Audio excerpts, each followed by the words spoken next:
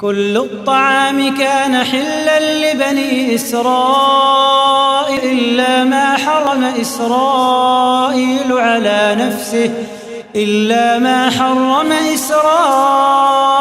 على نفسه من قبل أن تنزل التوراة তাওরাত অবতীর্ণ হওয়ার আগতে ইসরায়েলের নিজের ওপৰত যি হারাম কৰিছিল তাৰ বাহিৰে বনি ইসরায়েলৰ বাবে যাৱতীয় খাদ্য হালাল আছিল। قل فأتوا بالتوراة فاتلوها إن كنتم صادقين কোৱা, যদি তোমালোকে সত্যবাদী হোৱা তেনেহলে তাওৰাত লৈ আহা আৰু সেয়া পাঠ কৰা। فمن افترى على الله الكذب من بعد ذلك فأولئك هم الظالمون এটা কি ইয়াৰ পিছতো যিসকলে আল্লাহৰ ওপৰত মিছা ৰটনা কৰে সিহঁতে হৈছে জালিম। قل صدق الله فاتبعوا ملة إبراهيم حنيفا وما كان من المشركين কোৱা, আল্লাহে সত্য কথাই কৈছে, সেয়ে তোমালোকে একনিষ্ঠভাৱে ইব্ৰাহিমৰ মিল্লতৰ অনুসৰণ কৰা আৰু জানি থোৱা তেওঁ মুশ্ৰিকসকলৰ অন্তৰ্ভুক্ত নাছিল। إن أول بيت وضع للناس للذي ببكة مباركا وهدى للعالمين নিশ্চয় মানৱ জাতিৰ বাবে সৰ্বপ্ৰথম যিখন ঘৰ প্ৰতিষ্ঠিত হৈছিল সেয়া মক্কাত অৱস্থিত, সেইখন হৈছে বৰকতময় আৰু বিশ্ববাসীৰ বাবে হৃদায়ত। فيه آيات بينات مقام إبراهيم ومن دخله كان آمنا তাত বহুতো সুস্পষ্ট নিদৰ্শন আছে, যেনে মাকামে ইব্ৰাহিম অৰ্থাৎ শিলৰ ওপৰত ইব্ৰাহিমৰ পদচিহ্ন, যিয়ে তাত প্ৰৱেশ কৰিব সি নিৰাপত্তা লাভ কৰিব। ولله على الناس حج البيت من استطاع إليه سبيلا ومن كفر فإن الله غني عن العالمين আৰু মানুহৰ মাজৰ পৰা তাত যাবলৈ যাৰ সামৰ্থ্য আছে আল্লাহৰ উদ্দেশ্যে সেই ঘৰৰ হজ কৰা তাৰ বাবে অৱশ্য কৰ্তব্য অৰ্থাৎ অনিবাৰ্য। আৰু যিয়ে কুফৰি কৰিব সি জানি থোৱা উচিত নিশ্চয় আল্লাহ সৃষ্টি জগতৰ মুখাপেক্ষী নহয়।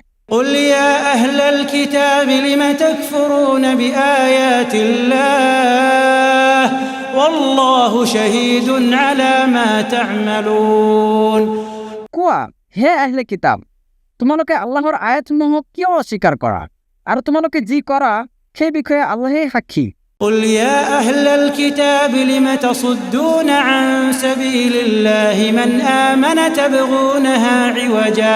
تبغونها عوجا وأنتم شهداء وما الله بغافل عما تعملون কোৱা, হে আহলে কিতাব, যিজন ব্যক্তিয়ে ইমান আনিছে তোমালোকে বক্ৰতা অনুসন্ধান কৰি আল্লাহৰ পথত তেওঁক কিয় বাধা দিয়া, অথচ তোমালোকে এই বিষয়ে সাক্ষী।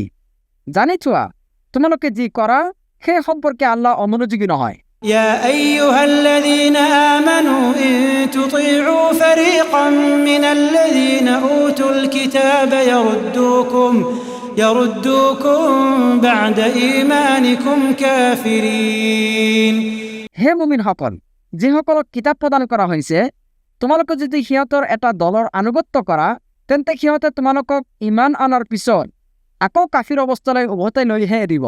وكيف تكفرون وأنتم تتلى عليكم آيات الله وفيكم رسوله ومن يعتصم بالله فقد هدي إلى صراط مستقيم আৰু কেনেকৈ তোমালোকে কুফৰি কৰা অথচ আল্লাহৰ আয়াতসমূহ তোমালোকৰ ওচৰত তিলাৱত কৰা হয় আৰু তোমালোকৰ মাজত তেওঁৰ ৰাসূলো উপস্থিত আছে, আৰু যি ব্যক্তিয়ে আল্লাহক দৃঢ়ভাৱে অৱলম্বন কৰিব সি নিশ্চয় সৰল পথৰ হৃদায়ত লাভ কৰিব।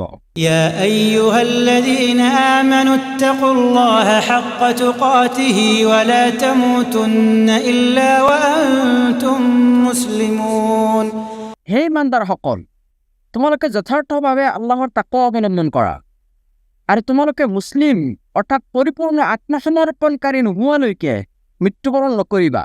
واعتصموا بحبل الله جميعا ولا تفرقوا واذكروا نعمة الله عليكم إذ كنتم أعداء فألف بين قلوبكم فأصبحتم بنعمته إخوانا। আর তোমালোক সকলোৱে আল্লাহৰ ৰছীক দৃঢ়ভাৱে ধাৰণ কৰা আৰু পৰস্পৰৰ বিচ্ছিন্ন নহবা।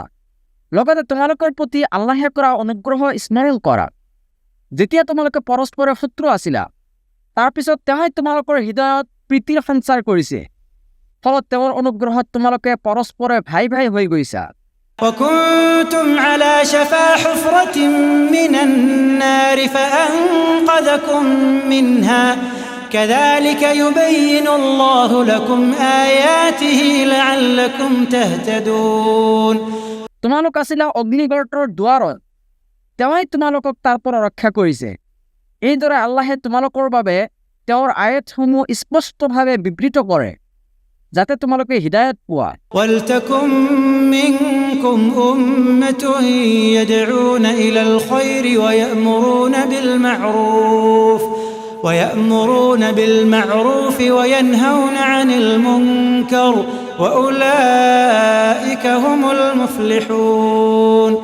আৰু তোমালোকৰ মাজত এনেকুৱা এটা দল হোৱা উচিত যিসকলে কল্যাণৰ ফালে মানুহক আহ্বান কৰিব আৰু সৎকৰ্মৰ নিৰ্দেশ দিব আৰু অসৎ কৰ্মৰ পৰা নিষেধ কৰিব, আৰু তেওঁলোকে হ'ব সাফল্যমণ্ডিত। ولا تكونوا كالذين تفرقوا واختلفوا من بعد ما جاءهم البينات وأولئك لهم عذاب عظيم। তোমালোকে সিহঁতৰ দৰে নহবা যিসকলে স্পষ্ট নিদৰ্শনসমূহৰ পিছতো বিভিন্ন দলত বিভক্ত হৈছে আৰু নিজৰ মাজতে মতানৈক্য সৃষ্টি কৰিছে, আৰু সিহঁতৰ বাবে আছে মহাশাস্তি। يوم تبيض وجوه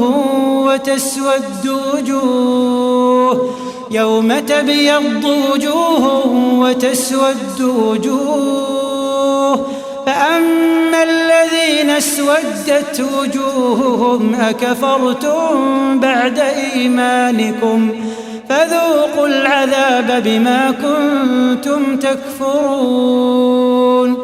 সেইদিনা কিছুমান মুখমণ্ডল উজ্জ্বল হ'ব আৰু কিছুমান মুখমণ্ডল কলা পৰিব। যিহঁতৰ মুখ কলা পৰিব সিহঁতক কোৱা হ'ব, তোমালোকে ইমান অনাৰ পিছত আকৌ কুফৰি কৰিছিলা নেকি? এতেকে তোমালোকে শাস্তি ভোগ কৰা, যিহেতু তোমালোকে কুফৰি কৰিছিলা। وأما الذين ابيضت وجوههم ففي رحمة الله هم فيها خالدون। আৰু যিসকলৰ মুখ উজ্জ্বল হ'ব তেওঁলোকে আল্লাহৰ অনুগ্ৰহত থাকিব, তাত তেওঁলোক চিৰস্থায়ী হ'ব। تلك آيات الله نتلوها عليك بالحق وما الله يريد ظلما للعالمين। এইবোৰ হৈছে আল্লাহৰ আয়াত, যিবোৰ আমি তোমাৰ ওচৰত যথাযথভাৱে তিলাৱত কৰিছোঁ, আৰু আল্লাহে সৃষ্টি জগতৰ প্ৰতি অন্যায় অবিচাৰ কৰিব নিবিচাৰে। ولله ما في السماوات وما في الأرض وإلى الله ترجع الأمور।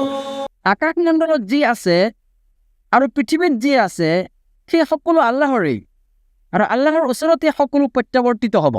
كنتم خير أمة أخرجت للناس تأمرون بالمعروف وتنهون عن المنكر وتؤمنون بالله।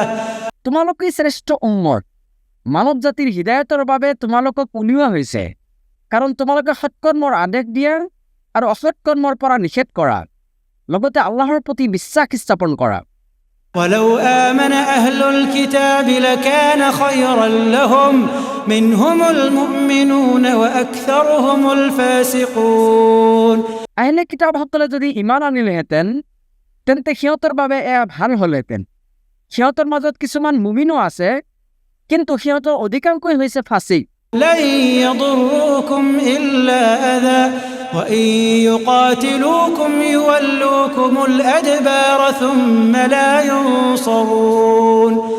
সামান্য কষ্ট দিয়াৰ বাহিৰে সিহঁতে তোমালোকৰ কোনো ক্ষতি কৰিব নোৱাৰিব, আৰু যদি সিহঁতে তোমালোকৰ লগত যুদ্ধ কৰে তেন্তে সিহঁতক পৃষ্ঠ প্ৰদৰ্শন কৰিব, তাৰপিছত সিহঁতক সহায় কৰা নহ'ব। ضربت عليهم الذلة أينما ثقفوا إلا بحبل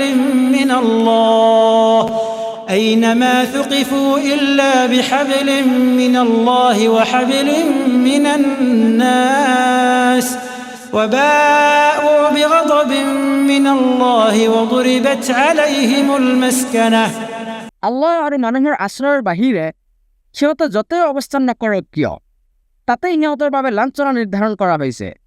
সিহঁত হৈছে আল্লাহৰ ক্ৰোধৰ পাত্ৰ, লগতে সিহঁতৰ ওপৰত দাৰিদ্ৰতা নিৰ্ধাৰণ কৰি দিয়া হৈছে। ذلك بأنهم كانوا يكفرون بآيات الله